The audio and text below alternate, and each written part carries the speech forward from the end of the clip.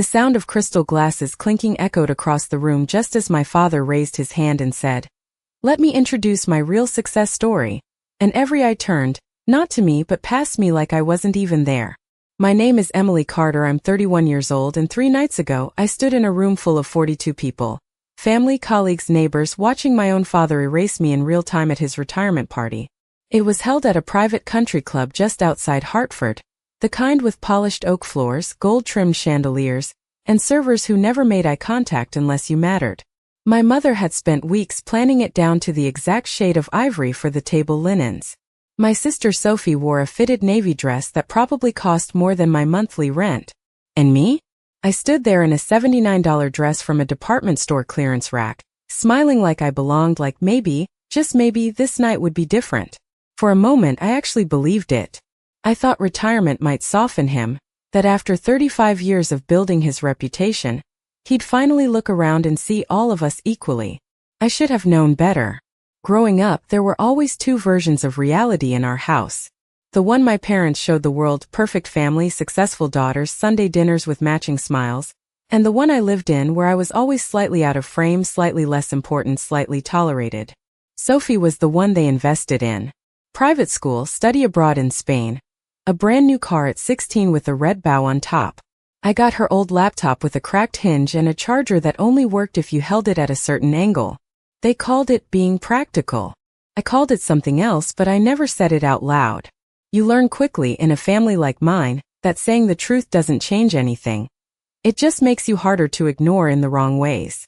So I adapted. I stayed quiet. I worked. I built a life they never asked about. And then I met Daniel. My husband. The one person who never looked through me like I was invisible. He was standing next to me that night, his hand lightly resting against my back, steady, calm. Almost too calm considering what was about to happen. I remember glancing at him right before my father started his speech. "You okay?" he asked quietly.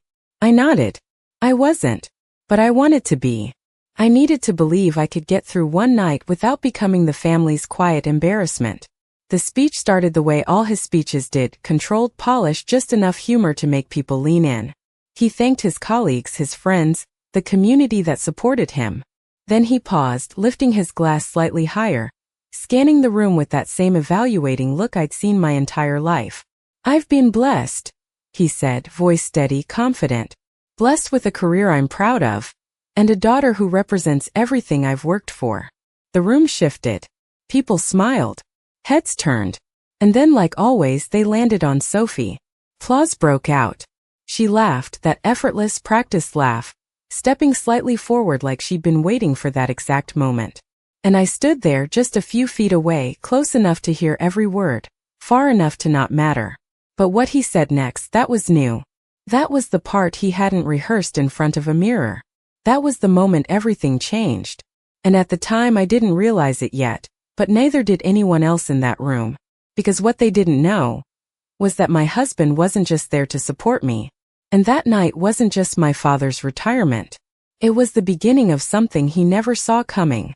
The laughter came first, soft and polite at the edges of the room. The kind of laughter people use when they are not sure if they should be laughing but do not want to be the only ones not reacting. And then it spread, growing louder as my father smiled like he had just delivered his best line of the night, and I felt something in my chest go completely still, like a switch had been flipped off without warning. "And Emily," he added, glancing in my direction without really looking at me, "well, not every investment pays off the way you expect." A few people chuckled again, more confidently this time, because now they knew it was safe, now they knew this was intentional, and I could feel every pair of eyes briefly flick toward me before quickly looking away, as if acknowledging my reaction would somehow make them complicit. I kept smiling. That was the first thing you learn when you grow up like I did. You do not react. You do not give them the satisfaction of seeing the damage land. You absorb it quietly and make it look like nothing happened. My mother lowered her gaze to her wine glass, the corner of her mouth tightening in that familiar way that always meant she had heard it. She knew it was wrong, but she would not intervene. She never did. Sophie let out a light laugh, brushing a strand of hair behind her ear as if this was just another harmless family joke, something small, something forgettable. But it was not small. It never was. I could feel the heat rising in my face, That slow burn that starts at your chest and climbs upward until it settles right behind your eyes. And for a second, just 1 second, I thought about stepping away, about walking out through the double doors behind me and letting the night swallow me whole. But then I felt Daniel's hand press more firmly against my back. Not pulling me away. Not rescuing me. Just steady. Present. It was not comfort in the way people expect comfort to be. It was grounding. Like he was reminding me to stay exactly where I was. That was the first moment something felt off. Not wrong. Just different. Because Daniel was not reacting the way anyone else would have. He was not angry. He was not shocked. He was watching. Quietly. Carefully. Like he had been waiting for something specific to happen and it finally had. My father continued speaking, moving seamlessly past the comment as if it had not landed like a blade disguised as humor. He started telling a story about Sophie's promotion, exaggerating details, adding just enough flair to make it sound bigger, brighter, more impressive than it already was. The guests leaned in again, drawn back into the version of reality he was so good at constructing, and just like that I was background noise again. Invisible. Predictable. Exactly where I had always been. But inside something shifted. Not in a dramatic way. Not all at once. Just a small, quiet realization pressing its way forward. This was not spontaneous. This was not a careless slip. He had planned this. The timing, the wording, the audience. He had chosen this moment, this room, these witnesses. I swallowed slowly, forcing the tightness in my throat back down, and let my eyes drift across the room. 42 people. Crystal glasses. White tablecloths. Soft jazz playing somewhere behind the bar. Every detail perfect. Every detail controlled. And then I looked at Daniel again. He had not moved. His posture was relaxed, one hand in his pocket, the other still resting lightly against me, but his eyes were no longer on my father. They were scanning the room, pausing briefly on certain faces, certain reactions, like he was taking mental notes, like this was not just a family event to him. Like this was something else entirely. "You okay?" he asked again, his voice low enough that no one else could hear. This time I did not answer right away. Because for the first time that night I was not sure what okay was supposed to feel like. And for the first time in my life I started to wonder if maybe I was not the only one who had come into that room prepared. The music kept playing like nothing had changed, like the room had not just tilted slightly off balance, and my father continued his speech with the same steady confidence, moving from one story to the next as if the comment about me had been nothing more than a passing joke, but I could feel it lingering in the air, sitting between people's polite smiles and half-finished sips of wine, and for the first time I noticed something else too, the way a few guests avoided looking at me entirely, the way others glanced at Daniel instead, curious, uncertain, as if trying to place him in a version of the story they did not fully understand. That was when my father shifted again, raising his glass slightly higher and saying, "Of course, none of this would have been possible without the right people making the right choices along the way." And something about the way he said it made my stomach tighten, because I knew that tone, I had heard it my entire life, it was the tone he used right before he reframed history to suit himself. He started talking about the early years of his career, about sacrifices, about discipline, about knowing where to invest time and resources, and then, almost casually, he added, "You learn pretty quickly which paths are worth supporting and which ones are better left alone." And this time he did not even glance at me. He did not need to, the implication was already clear, already understood by everyone in the room. I felt the second drop hit harder than the first, not because the words were sharper, but because now there was no pretending it was accidental. This was deliberate, structured, built into the narrative he was presenting to an audience that had no reason to question him. My fingers tightened slightly around the stem of my glass, and I became aware of how quiet I had been, how still, like if I moved too suddenly the entire illusion might crack in the wrong direction. I thought about all the other moments that led here, the college acceptance letter he barely glanced at, the promotion I mentioned once over dinner that he redirected into a story about Sophie within seconds, the countless times I had been present but never included, and it all lined up too perfectly with what was happening now to be coincidence.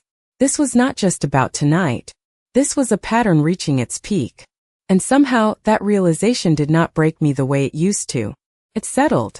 Heavy, yes, but clear. Next to me, Daniel shifted slightly, and this time I noticed something I had missed before. His gaze had stopped moving. It had locked onto my father completely, not with anger, not with disbelief, but with a kind of focus that felt calculated, like he was waiting for a specific line, a specific moment, something precise. You know, my father continued, his voice taking on that almost reflective tone people use when they think they are about to deliver something meaningful. At the end of the day, success is not just about effort, it is about knowing who deserves the opportunity. And that was when Daniel exhaled quietly beside me. Not a sigh, not frustration, just a small release of breath that sounded almost like confirmation. My heart started to beat a little faster, not from embarrassment this time, but from something else I could not quite name yet. Anticipation, maybe, or the faintest edge of understanding that I was no longer the only one tracking what was happening in that room. I turned my head slightly toward him, just enough to catch his expression, and for the first time that night I saw something unmistakable there, not emotion but decision. Like a line had been crossed. Like whatever he had been waiting for had just happened. My father lifted his glass again, preparing to close his speech, to seal the narrative exactly the way he wanted it remembered. And the room leaned in with him, ready to applaud, ready to validate every word. And right before he could finish, before the applause could start, before the moment could lock into place exactly as he intended, Daniel moved his hand away from my back and took a single step forward. The sound of his glass lightly tapping against the side of the table cut through the room just enough to interrupt the rhythm my father had built. Not loud, not aggressive, but precise, and for a second, no one moved because it was not the kind of interruption people expect at a moment like that. My father paused mid-sentence, his expression tightening just slightly, the first crack in the polished control he had maintained all night, and slowly, deliberately, he turned his head toward Daniel. "I am sorry," Daniel said, his voice calm, measured, carrying just enough to reach every corner of the room without forcing it. "But I think there is something important that should be clarified before you finish. It was not a challenge. It was not emotional. That was what made it land differently. Conversations like this, in rooms like this, are usually wrapped in politeness, in deflection, in laughter that smooths over discomfort, but Daniel did not offer any of that. He simply stood there, hands relaxed at his sides, posture straight, like he had stepped into a role he had already rehearsed in his mind. The room shifted again, quieter this time, more focused. You could feel the attention redirect, like a spotlight moving from one subject to another without anyone announcing it. My mother looked up quickly, confusion flashing across her face, while Sophie's smile faltered just enough to reveal uncertainty underneath. My father let out a short breath that almost sounded like a laugh, the kind people use when they are about to dismiss something they do not take seriously. "And you are?" he asked, even though he knew exactly who Daniel was, even though he had shaken his hand earlier that evening, introduced him to at least 3 of his colleagues. It was not a real question. It was a repositioning, an attempt to shrink him back into something smaller. Daniel did not react to it. "My name is Daniel Carter," he said evenly, "Emily's husband." A pause. Just long enough to let that settle. Then he added, "And I have spent the last 8 months reviewing something that I believe everyone here deserves to understand." 8 months. The number landed in my mind before anything else did. 8 months meant this was not spontaneous. 8 months meant this started long before tonight. I felt my breath catch slightly, not from fear, but from the realization that whatever was about to happen had been building quietly, out of sight, while I was still trying to convince myself that this family could change. My father's expression shifted again, this time more visibly, a flicker of irritation crossing his face as he adjusted his stance, squaring his shoulders as if preparing to regain control of the room. "I am not sure what you think you are doing," he said, his voice firmer now, carrying that familiar authority that had silenced people for decades. "But this is neither the time nor the place. Normally that would have ended it. Normally people would have stepped back, apologized, let the moment pass. But Daniel did not move. "Actually," he replied, just as calm, just as steady, "this is exactly the time. And this is exactly the place." The words did not rise in volume, but they carried weight in a different way, the kind that does not rely on dominance but on certainty. Around the room, people were no longer pretending this was part of the evening's entertainment. Conversations had stopped completely. Glasses were lowered. Even the soft jazz in the background seemed distant now, like it belonged to a different space entirely.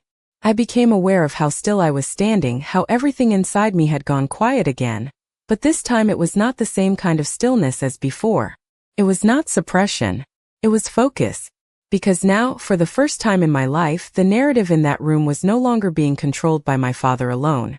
Daniel reached into the inside pocket of his jacket, slow enough that no one felt startled, deliberate enough that everyone watched, and when his hand came back out, he was holding a thin folder, dark blue, the kind used for official documents. He did not open it yet. He just held it there for a second, letting the visual register, letting the room understand that whatever this was, it was not a casual interruption. My father's eyes dropped briefly to the folder, then back to Daniel, and I saw it then, the smallest shift, the first real hint that something had moved beyond his control. And in that moment, standing in a room where I had spent my entire life being diminished, I realized something I had never felt before. This was not going to end the way they expected. Daniel did not open the folder right away, and that was what made the moment stretch, what made the silence heavier than anything my father had said all night. Because now everyone was waiting, not for a speech, not for a joke, but for something real, something that could not be laughed off or redirected. And I could feel it in the way people leaned slightly forward without realizing it, in the way even the servers near the back had stopped moving. My father's voice came first, sharper now, less polished.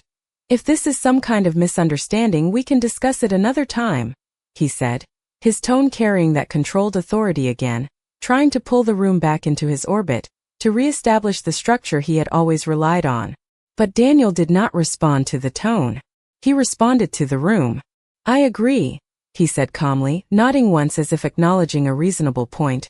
Normally this would be handled privately, and for a brief second I saw relief flicker across my mother's face, saw Sophie relax just slightly, saw my father straighten as if the moment had been defused.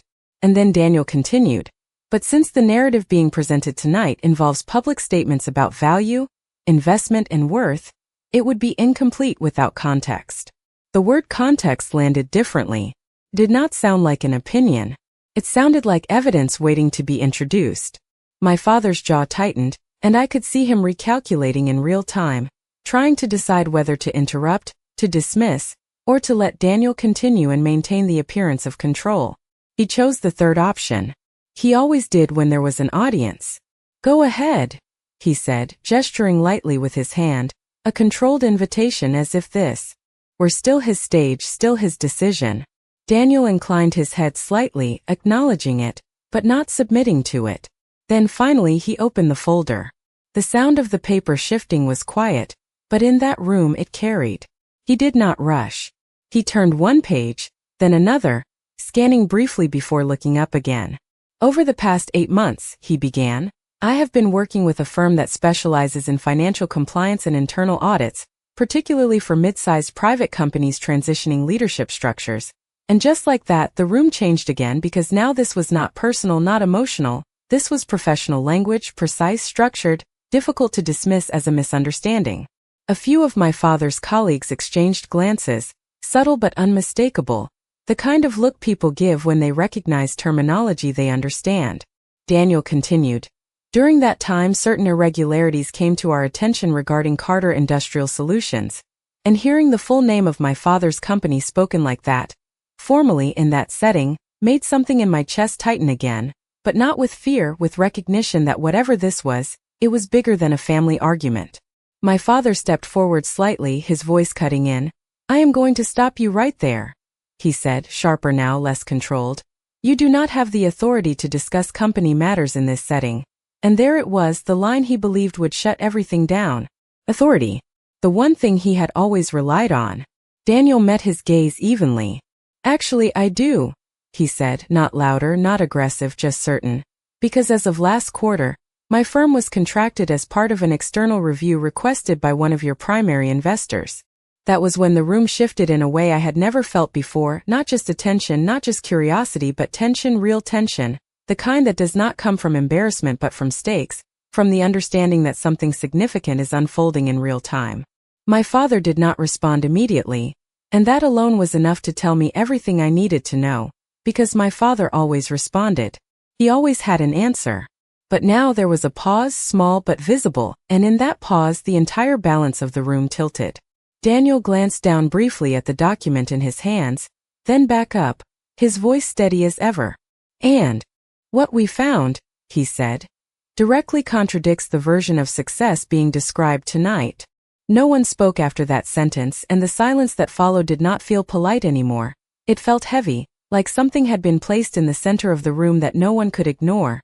And I watched as my father's expression shifted again, not dramatically, not enough for someone who did not know him to notice, but I knew him. I had spent my entire life reading the small changes, the tightening around his eyes, the slight tension in his jaw, the way his shoulders lifted just a fraction higher when he was no longer fully in control. "That is a very serious claim," he said finally, his voice slower now, more deliberate, as if choosing each word carefully, and one that requires proper context before being presented in a setting like this. He was trying to reframe it again, to pull it back into something manageable, something that could be discussed later, privately, quietly, where he could reshape the narrative. But Daniel did not give him that space. "I agree," he replied, nodding once. "Context matters." And then he turned the folder slightly, angling it just enough that a few people nearest to him could see the top page, rows of numbers, highlighted sections, official formatting that did not look like speculation or opinion. "Which is why I will keep this very clear," he continued, his tone unchanged, steady, almost neutral. "Over the last 3 fiscal years, Carter Industrial Solutions has reported growth that does not align with its actual operating margins." A murmur moved through the room, subtle but unmistakable. The kind of reaction that comes from recognition, not confusion. These were not random guests. Many of them understood what those words meant. My father stepped forward another inch, his presence tightening. "You are misinterpreting internal projections," he said, more quickly now, the calm slipping just slightly. "That happens when you do not have full access to." "We had full access," Daniel interrupted, not raising his voice, not cutting him off aggressively, just continuing with a certainty that did not leave room for the argument to fully form. "Including adjusted statements, third-party vendor contracts, and investor reports." The words stacked one after another, specific, grounded, impossible to dismiss as general accusations. I saw one of my father's business partners shift his weight uncomfortably, his expression changing from polite interest to something closer to concern. My mother's hand tightened around her glass, and Sophie's posture stiffened beside her. The easy confidence she carried earlier now replaced with something more rigid, more uncertain. "And what that access revealed," Daniel went on, glancing briefly down at the page before looking back up, "is that a portion of those reported gains were supported by reallocations that were not disclosed to all stakeholders." That was when the air in the room changed completely. Not embarrassment, not awkwardness. This was something else. This was the moment people realized they were no longer just witnessing a family dynamic. They were witnessing a shift in power. My father let out a short, controlled breath. But this time it did not sound like a laugh. It sounded like calculation, like he was trying to find the angle that would shut this down without confirming anything. "You are stepping into territory you clearly do not understand," he said, his voice firm again. But now there was an edge under it, something sharper, less controlled. Daniel held his gaze without hesitation. "I understand it well enough," he replied, "to know that one of your primary investors has already initiated a formal review based on these findings." The word formal landed harder than anything else he had said so far, because it carried weight beyond the room, beyond this moment, beyond my father's ability to reshape it with a speech or a joke. Around us, people were no longer just watching. They were processing, reevaluating, connecting pieces in real time. I stood there, completely still, feeling the ground shift under everything I thought I understood about my place in this family, about the roles we had all been assigned, about the way my father had defined value and success for as long as I could remember. And for the first time, those definitions were no longer holding. They were breaking apart right in front of everyone. Daniel closed the folder halfway, not fully, just enough to signal that this was not the end of what he had, just the beginning of what he was willing to show. Then he looked directly at my father and said, "So before we talk about who is worth investing in, I think it is important to understand what has actually been built." The words hung in the air longer than anything else that had been said that night, and this time no one tried to fill the silence, no polite laughter, no shifting of glasses, no background noise to soften what had just landed, because now everyone understood that whatever was happening was not going to resolve itself quietly. My father did not speak immediately, and that alone was enough to draw attention, because he was never silent, not in rooms like this, not when eyes were on him, Not when control was something he could still attempt to reclaim.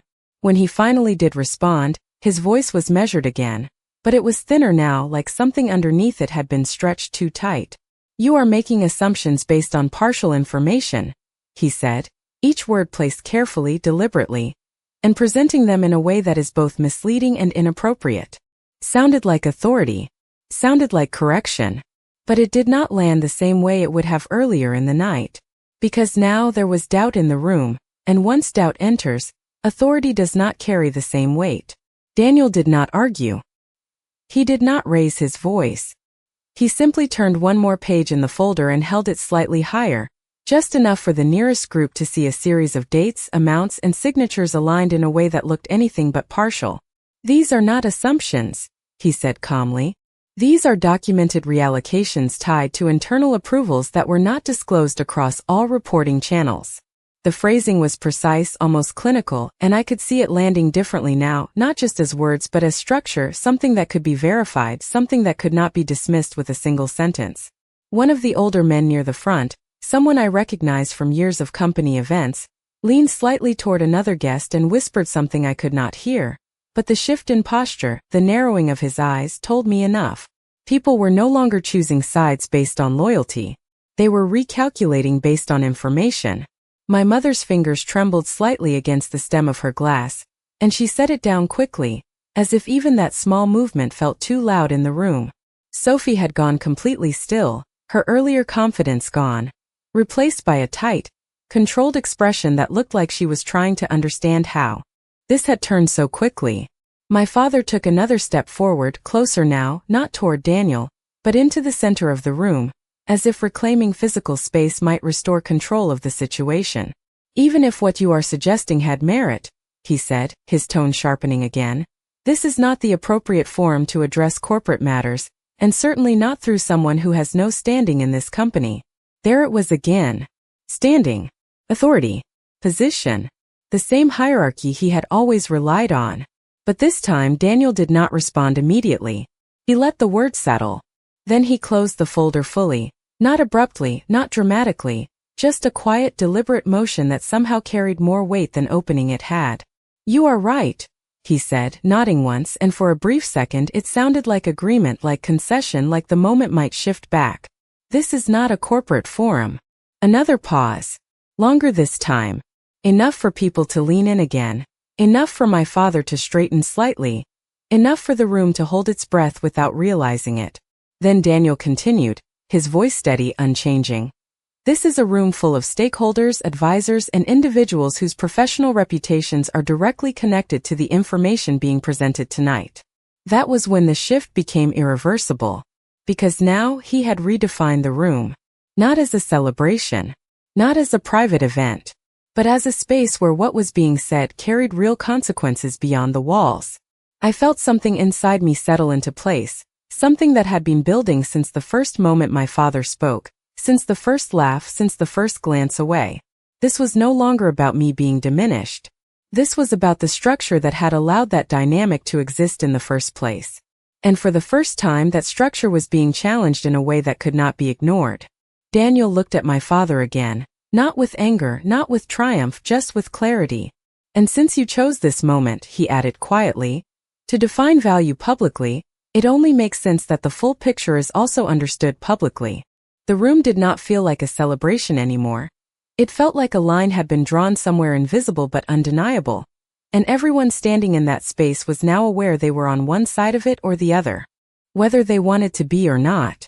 My father did not speak right away, but this time the silence around him felt different, not controlled, not deliberate, but forced, like he was searching for the exact angle that would pull everything back into place and not finding it fast enough.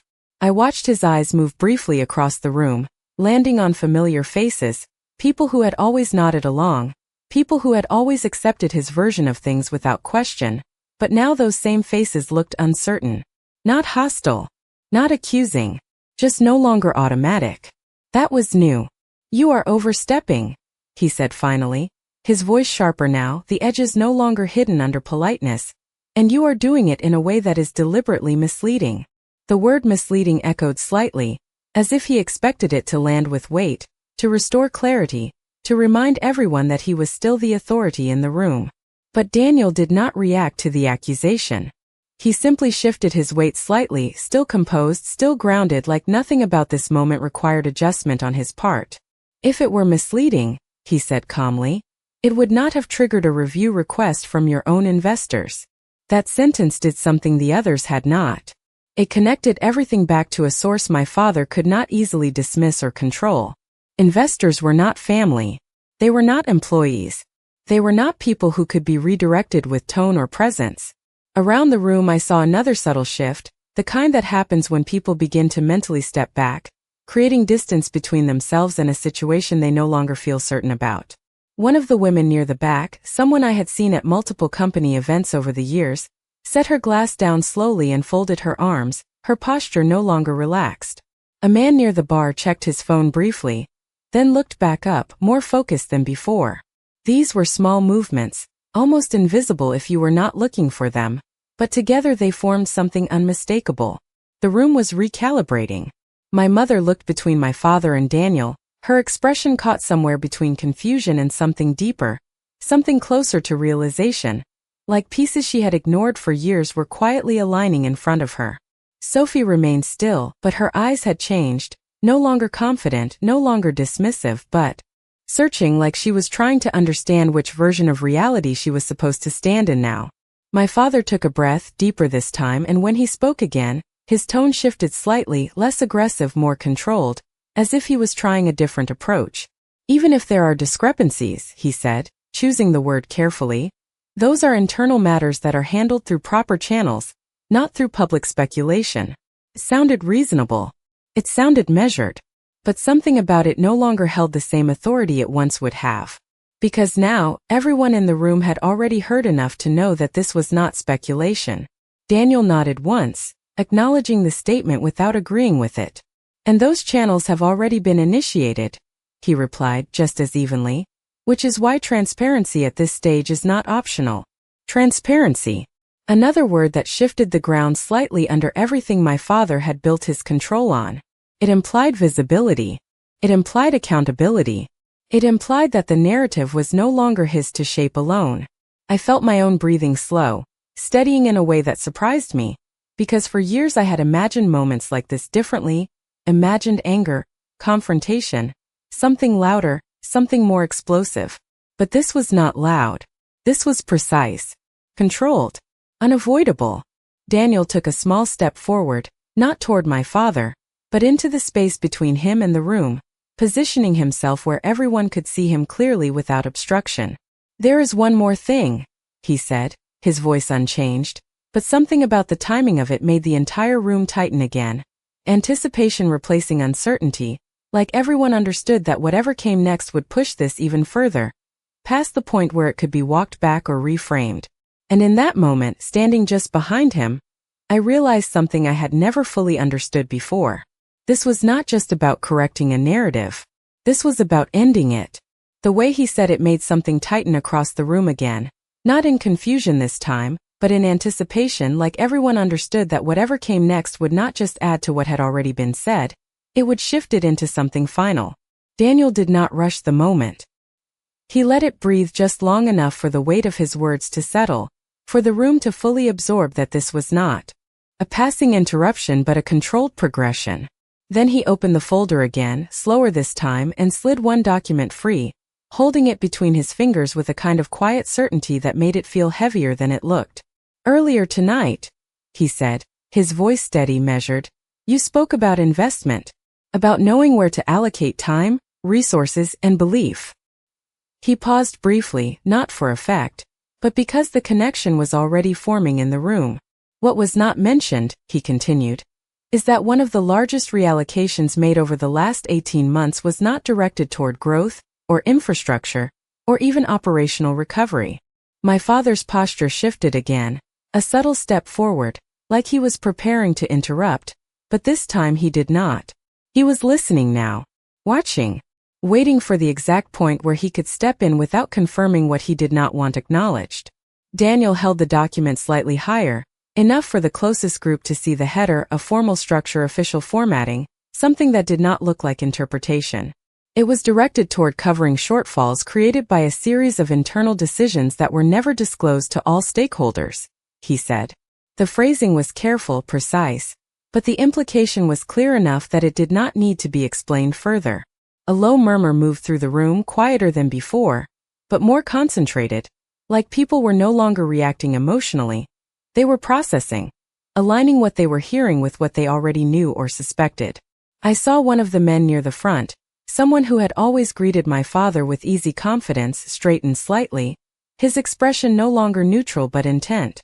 My mother's eyes flicked toward my father, searching, as if waiting for him to correct it, to dismiss it, to restore the version of reality she had held onto for so long. Sophie did not move at all, but her gaze had locked onto the document in Daniel's hand, like she was trying to read it from across the room. And that brings us to the part that was not supposed to be visible yet, Daniel added, and something about the wording made the room tighten again, because now this was not just about what had already happened, this was about something that had been intentionally hidden. My father's voice came in then, sharper, more immediate. You are crossing a line, he said, and this time there was no attempt to soften it, no effort to disguise the urgency underneath. But Daniel did not look at him right away. He looked at the room. The line was crossed when selective information was used to define value publicly, he replied calmly, and then finally, he turned his attention back to my father. This simply completes that picture. The simplicity of it made it land harder. Not emotional, not dramatic, just final. He lowered the document slightly, but did not put it away. Within the next 30 days, he continued, a formal disclosure process will begin, including a full review of financial reporting and internal approvals tied to those reallocations. The word formal returned, heavier now, anchored to a timeline, something that extended beyond this room, beyond this night, beyond anything my father could contain within a single conversation. And that was when I saw it clearly, not just in my father but in the room itself. The shift was complete. People were no longer waiting for him to respond. They were waiting for what came next. And for the first time in my life, I was not the one being evaluated in that silence. He was. No one moved to clap, no one reached for their glass, no one even shifted their weight the way people usually do when a speech ends, because this was not an ending anyone had expected. And the silence that followed was no longer uncertain, it was definitive, like something had closed that could not be reopened. My father stood there, still at the center of the room, but for the first time in my life, he did not look like the center of anything. He looked like someone who had just been moved out of position without warning. His eyes moved again, not scanning this time but searching, as if looking for a point of control that was no longer there. This is not how this works, he said finally, and the words sounded different now, not authoritative, not commanding but strained, like they were trying to hold on to something that had already slipped. Daniel did not respond immediately. He did not need to. The room itself had already shifted in a way that answered the statement before it could settle. One of the investors Daniel had mentioned, a man I recognized, but had never spoken to directly, stepped slightly forward, his posture no longer casual, his attention fully engaged. Actually, he said, his voice measured, professional, if there is an active review process, then this is exactly how it works. That was the moment it became undeniable.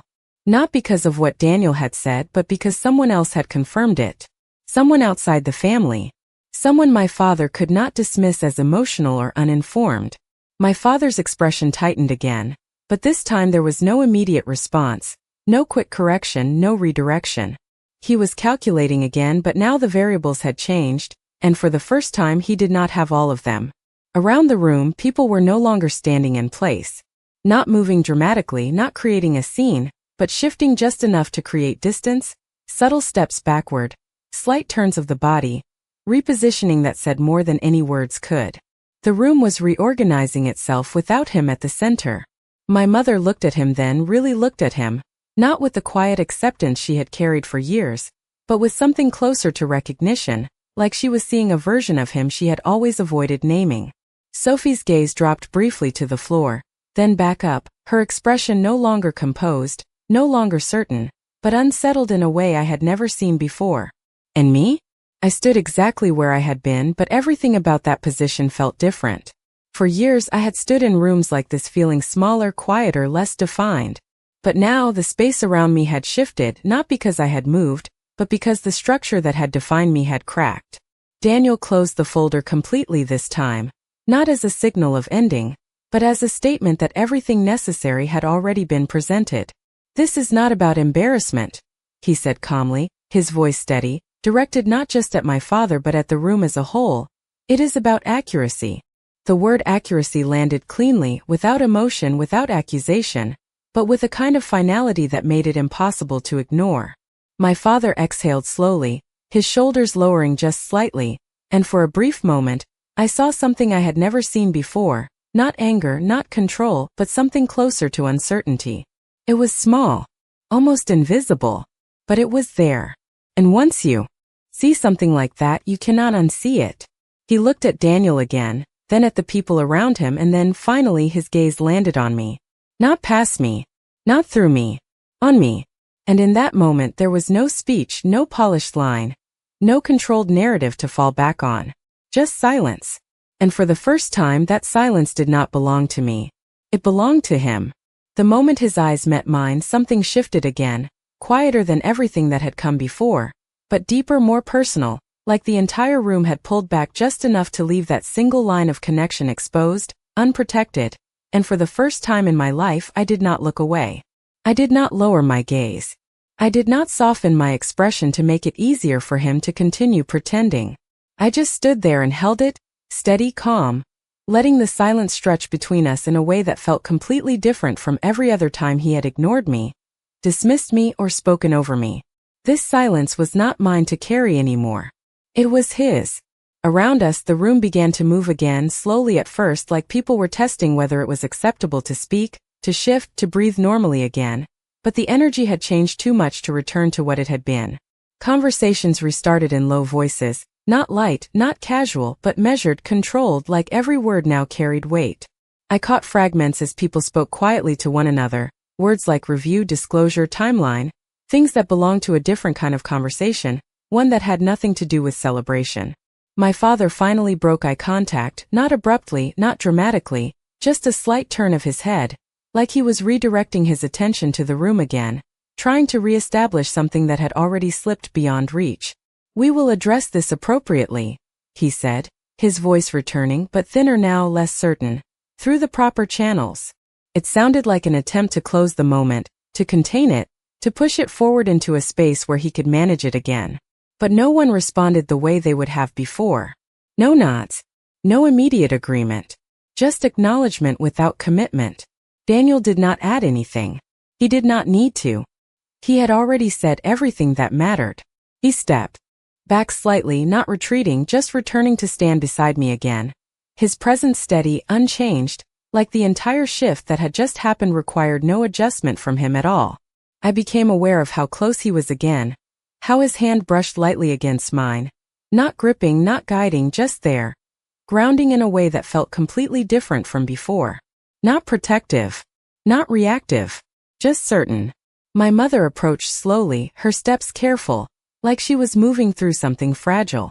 She stopped a few feet away, her eyes moving between me and Daniel, then back to me again, searching for something, maybe an explanation, maybe reassurance, maybe a version of reality she could still hold on to. "Emily," she said quietly, my name sounding unfamiliar in her voice, like she had not used it this way in a long time. "What is all of this?" It was not accusation. It was not defense. It was confusion, layered with something else, something closer to realization that had arrived too late to be avoided. I held her gaze for a moment, feeling the weight of everything that had led to this point, years of silence, of being overlooked, of being defined by a role I never chose. And for the first time I did not feel the need to explain myself. "It is not new," I said simply, my voice calm, steady. "It is just visible now."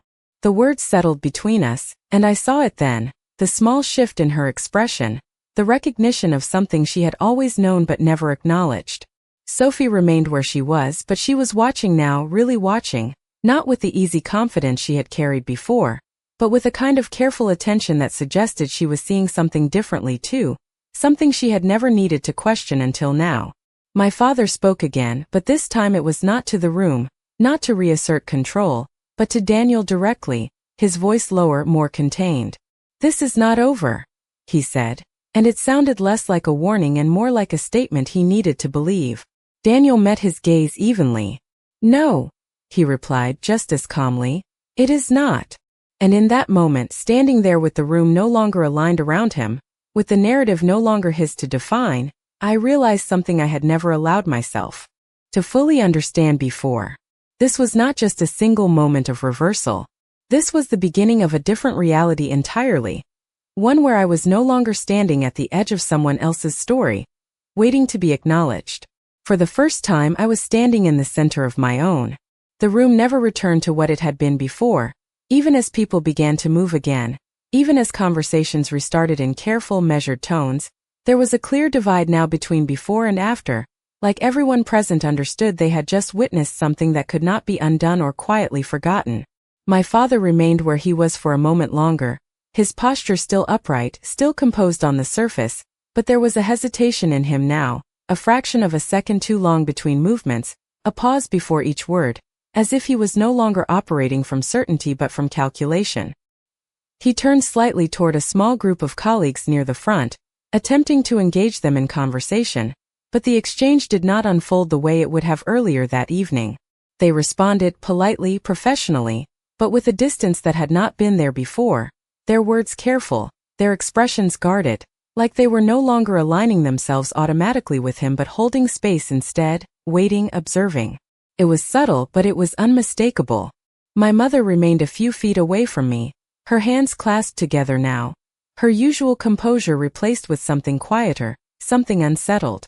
She looked at me again, and this time there was no question in her expression, no attempt to understand or reinterpret, just a long silent acknowledgement that something fundamental had shifted, not just in the room, but in the way she saw me, in the way she understood the role I had been placed in for so many years. Sophie finally moved, taking a slow step toward our father, her voice low, almost cautious, as she said something I could not fully hear. But I caught the tone, not confident, not dismissive but uncertain, like she was stepping into a conversation she had never needed to navigate before. And my father listened, really listened, not interrupting, not redirecting, just standing there as she spoke, which was something I had never seen him do before. Daniel remained beside me, quiet now, his role in the moment complete, his presence steady in a way that no longer felt like anticipation but resolution. He did not watch my father anymore. He did not scan the room. He simply stood there, grounded, as if everything that needed to be said had already been said, and the rest would unfold on its own. I realized then that this had never been about a single reveal, never about one document or one statement. It had been about timing, about allowing the structure to expose itself fully before shifting it, about letting the narrative reach its peak before introducing the truth that would break it. And now that it had broken, there was no putting it back together the way it had been. A few guests began to leave quietly, offering brief, polite goodbyes, but even those interactions carried a different weight now, their tone more formal, their words more measured, like they were already adjusting to a new understanding of what this night represented. The staff resumed their movement slowly, clearing glasses, adjusting settings, but even their presence felt different, less like part of a celebration and more like the closing of something that had ended earlier than expected. I looked around the room one more time, taking in the details that had once felt so overwhelming, the chandeliers, the polished floors, the carefully arranged tables, and for the first time, none of it felt intimidating or out of reach. It was just a room, just a place where something had happened. My father's voice rose again in the background, quieter now, controlled but no longer commanding, and I realized I was not listening for it anymore. I did not need to track his words, did not need to anticipate his tone or prepare myself for what might come next. That part of me, the part that had always been alert, always bracing, had gone still in a completely different way than before. Not suppressed, not silenced, just free from the need to respond. Daniel's hand brushed against mine again, and this time I did not just notice it, I held on to it, not tightly, not out of fear, but as a quiet acknowledgement of everything that had just shifted. And as we stood there, no longer at the edge, no longer waiting to be recognized, I understood something with a clarity I had never felt before. This was not the end of what had been built around me. It was the end of what had defined me within it. By the time the last few guests stepped out of the room, the space felt quieter than it should have, not because the music had stopped or the lights had dimmed, but because something invisible had been stripped away, something that had once filled every corner with expectation, with hierarchy, with unspoken rules about who mattered and who did not. The staff moved more freely now, clearing tables, stacking glasses, restoring the room to its original state, but even that felt symbolic, like the surface was being reset, while something deeper remained permanently changed. My father stood near the far end of the room, no longer surrounded, no longer the center of attention, speaking in low tones with one of his colleagues, his posture still composed but noticeably contained, like he was measuring every word instead of delivering them with certainty. My mother lingered nearby, her hands still clasped, her gaze distant, as if she was replaying the evening in her mind, trying to understand where the shift had truly begun. Sophie stood between them, not quite aligned with either, her usual confidence replaced with something quieter, something more reflective, like she was seeing the structure she had always benefited from in a way she never had before. And me, I remained where I was for a moment longer, not because I needed to, but because I wanted to feel it fully, the difference, the absence of that familiar pressure that had followed me into every room, every conversation, every moment where I had once felt like I needed to prove something just to exist. Daniel stood beside me, his presence unchanged, steady in the same way it had been all night, but now there was no anticipation left in it, no waiting, just a quiet completion. He did not ask if I was ready to leave. He did not guide me or pull me away. He simply stood there, giving me the space to decide for myself, something no one in my family had ever really done. I took a slow breath, letting it settle in my chest, and for the first time it felt like my own, not shaped by expectation, not measured against someone else's definition of value. I looked across the room one last time, my eyes passing over the details that had once felt so defining, the polished surfaces, the carefully curated setting, the people who had once seemed so certain in their roles, and now all of it felt different, not diminished, not insignificant, just separate from me. My father glanced in my direction again, and this time there was no dismissal in his gaze, no quiet judgment, no attempt to place me back into a role he understood. There was something else there, something unresolved, something that did not have a clear shape yet, and for the first time I did not feel the need to interpret it or respond to it. I did not need his approval to define what this moment meant. I did not need his acknowledgement to validate what had just changed.